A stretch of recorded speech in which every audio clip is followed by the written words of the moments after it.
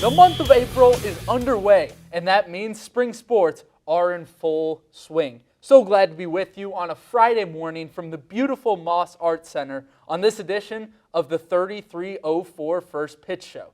Cody Wagner joined alongside Riley Klaus and Brayton Shank. Guys, let's get right into things. We'll start with John Szefc's squad. Virginia Tech baseball came away with a series-deciding 6-5 victory on Sunday over the Pitt Panthers. Riley, what were your overall takeaways from the series? Well, this was a really close series. Every game was within 2 runs. In the end, Virginia Tech only outscored between the 3 games. They outscored Pitt 17-15, and Pitt has been struggling this season. Now they're just 2-10 in the ACC, but they put up a strong fight. Overall, Virginia Tech's offense, they did have 4 different players hit home runs. In the first game, they had solid pitching. Brett Renfro, the freshman, who's been great for them this season, pitching over 6 innings. Second game, they got a little bit in a muddy stretch there. Second inning, giving up 6 runs, dug themselves a hole. Third, was able to get back on top of it. So it was a tight series, and they fought back and were able to take it. I just want to point out, Cody, it's April and it's snowing out in Blacksburg. We had some flurries this morning. You failed to mention that. It's a big thing you got to point out there. But this Hokies team, I think as they showed, the ACC is such a dominant conference. There is no easy series in Atlantic Coast Conference play. Pitt, a team that has really struggled at parts through the season. They came to Blacksburg. They gave the Hokies a run for their money. They took Game 2, was tight Game 3. They had that home run that was called a single that they ended up losing by 1, so it could have been a big one there. Jake Kendrow crossing up on the base paths. But as it just showed, any game is a winnable game in the ACC, but any game is also a losable game. So it's going to be interesting with a Wake Forest team coming to town this weekend who's kind of having a down year for the Demon Deacon standards. Well, transitioning to that Wake Forest team, you're right, exactly. Interesting. It's been super interesting weather in Blacksburg this week, and perhaps that has an effect on this game as the Hokies host the number 21 Demon Deacons, who's got one of the most storied programs in ACC baseball, but they've really struggled to begin this season. What would a series win mean for the Maroon and Orange this weekend? Well, I mean, I think, again, it's ACC wins. You continue to climb the standings, continue to build to your rank. Virginia Tech has been nationally ranked for most of this year and trying to, get on path, protect your home field, English field, because that Pitt team really kind of took the home field advantage out of it. But Wake Forest is a good team. Chase Burns will be throwing the leather Friday night for this Demon Deacons, a solid player. Seaver King is someone I got my eye on, one of the country's best hitters for Wake Forest. He's going to be someone that the Virginia Tech pitching needs to settle down. But again, you're playing at home for back-to-back weeks. You got to find your groove. And the big thing is we've been talking around all year in terms of basketball, football, and every sport in between. You got to be able to protect your home field and then get some wins on the road. You can't be losing games at home. Yeah, and I mean, as we kind of mentioned, Wake Forest a little bit disappointing compared to maybe what their standards were. Considered a top team in baseball before the season. Struggling a little bit, second lowest batting average in the ACC. But last year they made a huge tournament run, as well as last year Wake Forest took the series. And as you mentioned, defending your home court and field is key in any sport you're playing. You got to make sure that you defend your home turf. And as well, Wake Forest is a proven program. So getting a victory in a series this weekend would really show that you deserve to be in that top consideration in the ACC.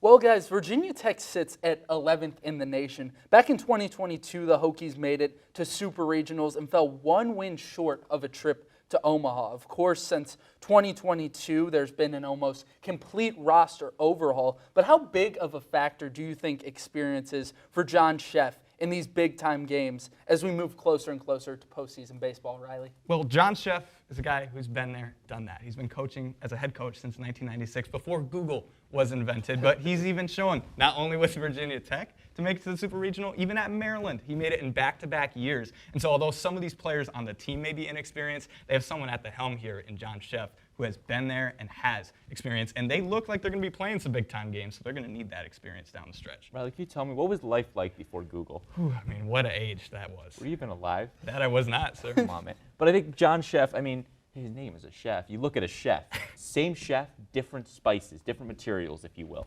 It's the same guy at the helm, as you mentioned, Riley. He's going to develop that team out. While at Parliament, Brent Renfro, a couple of the newer guys, younger guys on this team. But you got the experienced guys like Carson DiMartini, Christian Martin, who can kind of step up and lead this Virginia Tech squad. But again, when you've got John Szefc at the helm, you kind of know the brand of baseball you're going to get. I just want to go back to that Pitt series for a second. We know they can hit home runs, but the short game was really what won them. The small ball, 3 bunts is how they squeezed home that last run. A safety squeeze is how they beat Pitt. So you don't know what you're going to expect from this team. but they're players that they're going to try to develop out. And the best part, you got a couple of years to do that. You know, it's not a one and done type situation, or at least you hope it's not. But you can really try to develop these guys out and build them into long-term greats in Blacksburg. Well, for more on Virginia Tech baseball, we swing it on over to Caitlin Ford. What a ride Virginia Tech baseball's been on this season with just over a month left of regular season play to go. Looking back to February at an unranked squad preseason, the Hokies have proved they have what it takes as they've climbed the ladder all the way to an 11th spot in the rankings. And man, they have a no-quit fire in them. But what's making the Hokies so unstoppable? Their bats have come in hot for both average and power. I mean, they don't call them the hammering Hokies for nothing. 4th in the country in batting average, 3rd in slugging. It's no easy feat for an imposing pitcher to come into town to face any Hokie because they are solid up and down the lineup. So why don't we take a look at last weekend's series against Pittsburgh? Game 1 was a tale of two halves. The Panthers came out swinging first, putting up a 3-0 lead early on. But the Hokies chipped away and scored 5 unanswered runs, including a Henry Cook 2-run bomb to center to go on and win the game in comeback fashion. Slugger Carson DiMartini ripped a double down the right field line and what would be the game-winning RBI in the bottom of the 7th to make it a 5-3 win. Game 2 didn't go exactly as Tech had hoped, snapping their 8-game winning streak. After giving up 6 runs in the 2nd inning alone, it looked like this was going to be a massive blowout. But the Hokies battled back throughout the rest of the game, just falling short in a 6-7 loss. In the rubber match on Saturday, the score went back and forth all game long, each team answering the other team's runs. At the end, it was Virginia Tech who won the battle, taking home the series win with the help from home runs by Christian Martin and Chris Canizero and Jordan Little, who pitched a 1-2-3 ninth to get the save. The Hokies have another conference series lined up this weekend against number 21 Wake Forest, right here in Blacksburg. Wake Forest has quite the opposite story than Tech, as they started the season as a number 1 seed and have fallen down to 21. Virginia Tech hopes to keep this momentum rolling against a team who's been struggling lately as they head into the weekend. Guys?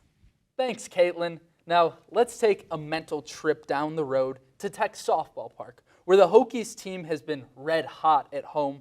Riley, what's been the key to this 9-3 start in conference play? Well, I'll tell you this.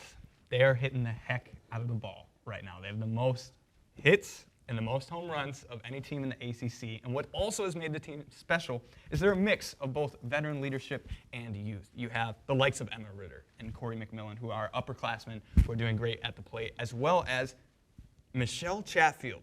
15 home runs this season, top of the ACC. As a freshman, that's someone that you can build your program around going into the future. You talk about experience. It all starts with head coach Pete DeMore. He knows what he's looking for when he brings freshmen in. It's something he talked about in the preseason. He brings in freshmen that can work from day one. A gritty, blue-collar group is what he has at Tech Softball Park, and they've shown it so far this season. Nine wins to start ACC play, sweeps of Notre Dame, of Pitt. There's one more I'm drawing a blank on that they also swept. That Duke series was a little bit of an anomaly for them. I feel like the Blue Devils are a very good team. They're currently up to 2 in the coaches poll. So it's a good team that they have up in Durham, and it's going to be tough for Virginia Tech, especially, you drop game 1, you're trailing in game 2 to kind of get back into it mentally. But they have kind of an easier draw in the ACC. The way the schedule works is they get a bye, if you will, on a couple teams. The top 3 teams in the ACC, they don't have to play.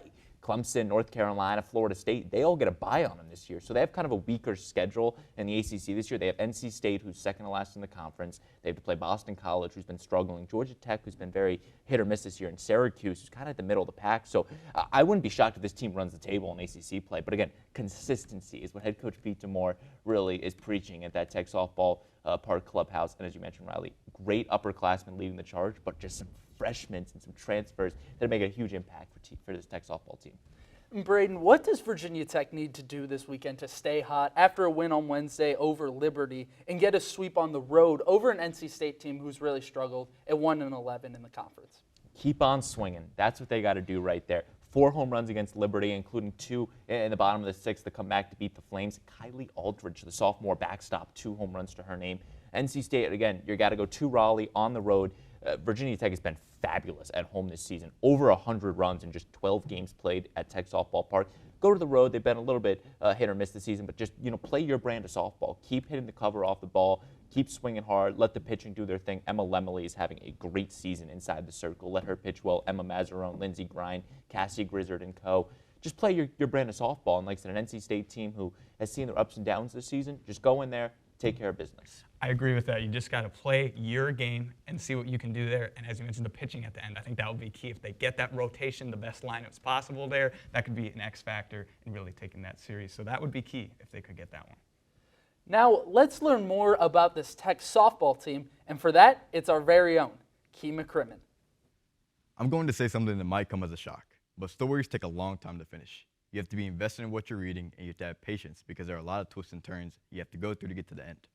The Virginia Tech softball team is facing their own twists and turns this past week.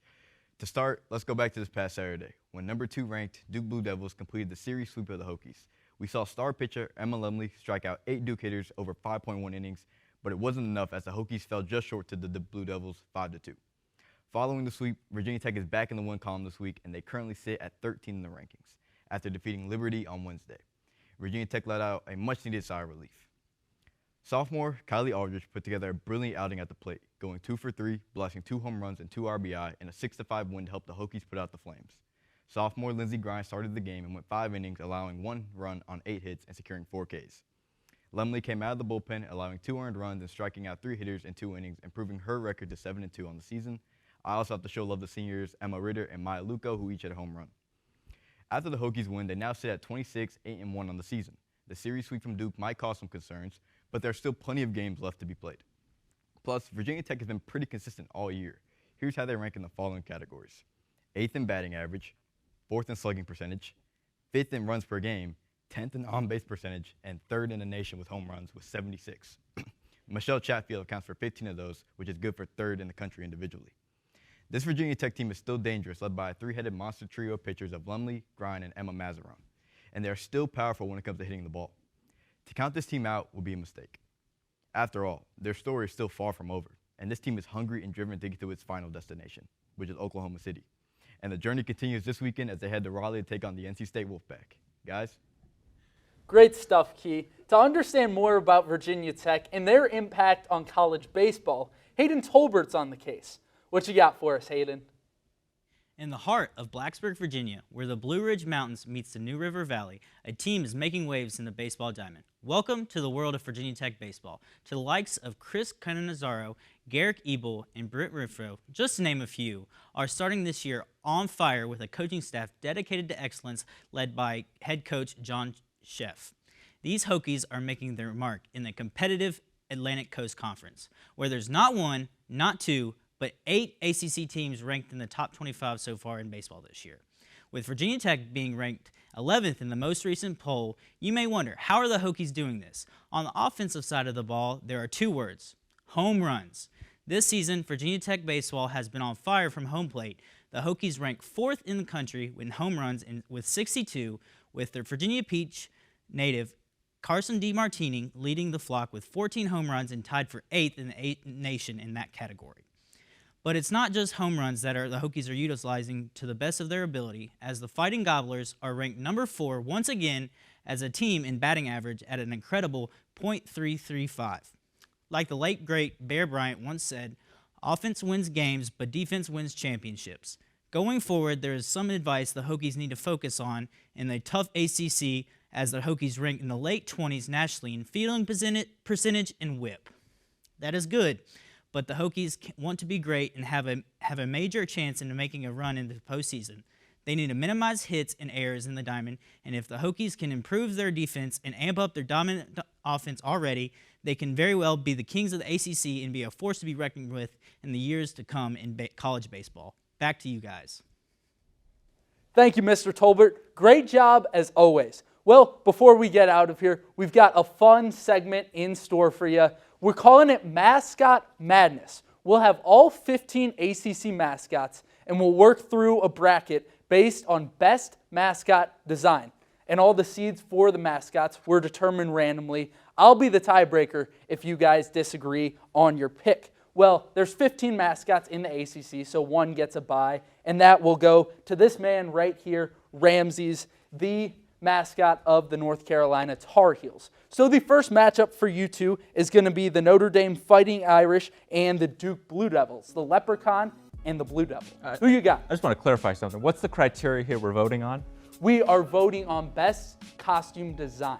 Best costume design. Okay. Okay. Yes. So we got Notre Dame and JUCO. Who you got, Klaus? Well, I'm looking at the two options here, and I think an element that maybe isn't fully the design, but Notre Dame does have the ability to talk, which I feel like is part in the design there. But I just think that, we're hiding a little bit there with the Blue Devil. We got the mask on. I'm going to go give me Notre Dame for this first matchup. Here's the thing people don't know. There are 4 students that portray the Notre Dame Leprechaun. That is the most unique mascot in the ACC. Give me the Notre Dame Fighting Leprechauns. So the Leprechaun will be taking on Ramses in the next round. But we move on to another first-round matchup, the Virginia Tech Hokies, the Hokie Bird against the Wake Forest Demon Deacons. The Demon Deacon right here. This is a tough one. I'm looking, though, I think the Demon Deacon, if you throw in the motorcycle, you maybe get a little bit more oomph there. But for now, I'm just thinking it's kind of an older dude just in a hat. And now the Hokie Bird isn't necessarily intimidating, but I think it is a unique element. Not other schools have a turkey. I'm going to go with the Hokie Bird in this first round. It's tough. I mean, mascot design, yes, it would go to Virginia Tech, but you got to look at the 2 personalities of them. The NC State Wolfpack, when Mr. and Mrs. Wolf got married, do you know who officiated the wedding? The Wake Forest Demon Deacon. Fair point. Wake Forest has 1 officiated wedding. The Hokies got 0. But I don't know if that's enough, though, to really give it the edge. Okay. Still officiate less Virginia Tech. Give me the Hokie Bird. Okay, so Hokie Bird moves on. Next to the Virginia Cavaliers, Cavman for Virginia against the Louisville Cardinals, the Cardinal Bird down there. Who you guys got? This is an easy one for me. Give me Virginia. Really? The Cardinal just seems too basic for me. I'm sorry. I mean, Stanford's going to get away with it next year because they have a tree, but the Cardinals it's like a high school mascot. Give me the Cavalier. A shocker. Well, as Billy Joel said, you may be right. I may be crazy, but I think that this Louis the Cardinal has something special to it. I like that it's a little unique, even though it's semi-basic. It's got just that growl look to it. I just think it's a dude up there. I'm going to take Louis and the Cardinals. Wow. So we've got a split. I break the tie, and I'm going to go with Louisville. They'll be moving on to the second round despite Braden's disapproval. Can't win them all. Sorry, So kids. moving on in the first round, Miami, Sebastian the Ibis right here. That is an ibis, not a duck, in fact, against the Florida State Seminoles, Cimarron. Who you got? Give me the U. It might not be a duck, but that thing looks amazing. I'm going to give it the same. Reading some of the history, too, it's like you see one of those things out in the wild in ibis. It's supposed to be a sign that that storm is coming, so it fits their theme. I think I'm going to take Miami there as well. The mascot looks very nice. Moving along, Boston College Eagles, Baldwin the Eagle against Rock the Panther for Pittsburgh. Who you got? Well, these are 2, I think, pretty common names for mascots, right? We got an eagle and a panther, but there's an element here that I'm liking quite a bit, and that's the green eyes in this panther and Rock. So I'm going to take Pitt in this first round matchup. I was thinking the same thing. Again, 2 high school mascots, if you will. The green eyes is what sets it apart. I'm liking Pitt in this. The green eyes is what do it. So moving on, Syracuse Orange, Otto the Orange we got against the Clemson Tigers. I think that Otto the Orange is a great personality and it crafts everything. Orange is a color, right? But they say, why not take the fruit and make it our mascot and give it that shape there that it can play as multiple assets, as well as, I'm going to be honest, I've seen a more intimidating tiger on a cereals box. I just don't quite get the intensity from the Clemson Tiger. I'm giving Otto all the way. So Braden? Tigers eat oranges for breakfast. But in this situation, Otto, I think, is one of the greatest mascots in college athletics. Give me Otto. Otto the Orange moving along. NC State Wolfpack, Mr. Wolf down there against Georgia Tech Yellow Jackets, Buzz. Now, it should be mentioned that there is Mr. Wolf and Miss Wolf, so they are a bit of a couple at NC State. Braden, your thoughts on this match? As I pointed earlier, they're married now, Mr. and Mrs. Wolf. Come on, you can get that right. Apologies. Give me the Wolfpack. I think it's a clean mascot. I love the pair of the 2. Great personality. And NC State's just got a great fan base. I'm liking Mr. Wolf. Yeah, I think that dynamic duo aspect could play into the game here as well. I kind of like the Yellow Jacket, but I'm not all the way there on Buzz personally, so I'm going to also go with the Wolfpack here. Well, we move to the second round and back to the top of the bracket. Ramses will be taking on the Leprechaun of Notre Dame. Who you got, Ramses, the Leprechaun? I'm going Notre Dame. I'm staying true with the Fighting Leprechauns. I'm liking Notre Dame here. I am as well. It's a close one. With the Ram over there, it makes sense. Back in the day, they had a player that they called him like a running Ram, so that fits it there. But I just think that unique aspect of having a person that It fits the theme. I'm going to go with Notre Dame as well here. So the Notre Dame Fighting Irish move along to the semifinals. Next up, Virginia Tech Hokies Hokie Bird against the Cardinal. Who you got, Braden? I mean, I was picking against the Cardinal in the first round, so I'm going to pick against him again. I'm taking the Hokie Bird. Fair enough. Riley? Well, I am actually going to say here, I think that the Hokie Bird puts up a fight, but I am really liking this bite of Louis the Cardinal. I just think that it fits the logo almost identically in a mascot, which I feel like some of these other teams can't do. I'm taking the upset Cinderella story, Louis the Cardinal. See, I really like both of these mascots. Yeah. I think this is a tough one for me. In the end, I'm going to go the Hokie Bird. I just think it's a little more of a friendly design. Very the true. Cardinal scares me a little bit. So moving on to the other side of the bracket, Miami's Sebastian the Ibis moved on in the first round against Rock the Panther. Who you guys got? Toughie here. I mean, we've talked about it. I like the theme of Miami, but if we get in the second round here, someone from face value might think that's a duck that sells insurance. So I'm going to go with the green-eyed Panther on this side to continue on. Have you never bought insurance in your life? You're telling me when the Aflac duck comes on your screen, you don't just want to screen Aflac. You do? Give me the U once again. I tend to agree with Braden. I'm going to go with the U. I just like the design, I think looks very nice, of Sebastian the Ibis. Now we move along. Otto the Orange taking on Mr. Wolf. What are you thinking? Otto, 100%. Okay, easy pick. I'm liking Otto quite a bit here. I just think that shape is unique, and there's some personality with the ball cap as well. Well, the semifinals we move on to, gentlemen. The Notre Dame Fighting Irish Leprechaun against the Virginia Tech Hokie Bird. Riley, what are you thinking? I think I'm going to have to roll Leprechaun once again here. Wow. You did mention last time, I mean, this is a friendly face that when you're walking down a campus, you see that. And it makes your day brighten. But I think in the atmosphere, once again, being able to talk is an X factor. Maybe a close one. I'll take Notre Dame, though. No one gets more hype than the Notre Dame Leprechaun when they're introducing the Fighting Irish starting lineups, send the Irish to the championship. The Notre Dame Leprechaun will be moving to the championship. Now it's the U of Miami taking on in the semifinals, Otto the Orange. What are we thinking, guys? I'm going Otto. I got to stay true to that orange. You know, it's a good fruit. I think it's a fruit. I want to say it might be a vegetable. And then I think it's a good mascot as well. It's a fruit, Braden. Go ahead. Yeah, I'm thinking the storm has now come in on the Ibis over there, and I'm going to flip. I'm going to stick with Otto here. So our finals matchup, the Notre Dame Leprechaun and Otto the Orange. Who do you got, Braden? I'm going to pass it to Riley first. Yeah, I got to think about this one. I got to go to booth review. I got to examine these two. All right, Riley. So here's your the thoughts? deal, right? We're talking about these two star players. These are players that could win the championship. But when we look at it, I've talked about the uniqueness of being able to talk with the Leprechaun. You mentioned the energy. I love that. But for this championship, when I think of a mascot, I think of somebody in a suit that brings the energy. And so I just think that Otto the Orange, the creativity fits the team name. We got that shape of it's a fruit, vegetable, whatever. And this ball cap, you know, it's just that little extra touch. The eyes, the nose, smile, that's a player that I can have in my championship right here. Give me Otto the Orange. You know, I'm not going to lie. I was thinking Otto, but then as Riley brings up the ball cap, I'm looking at Notre Dame right here. The green suit, you look at the cap there, I think that is way better right there. I was going to go Otto, but after your argument, I got to go Notre Dame.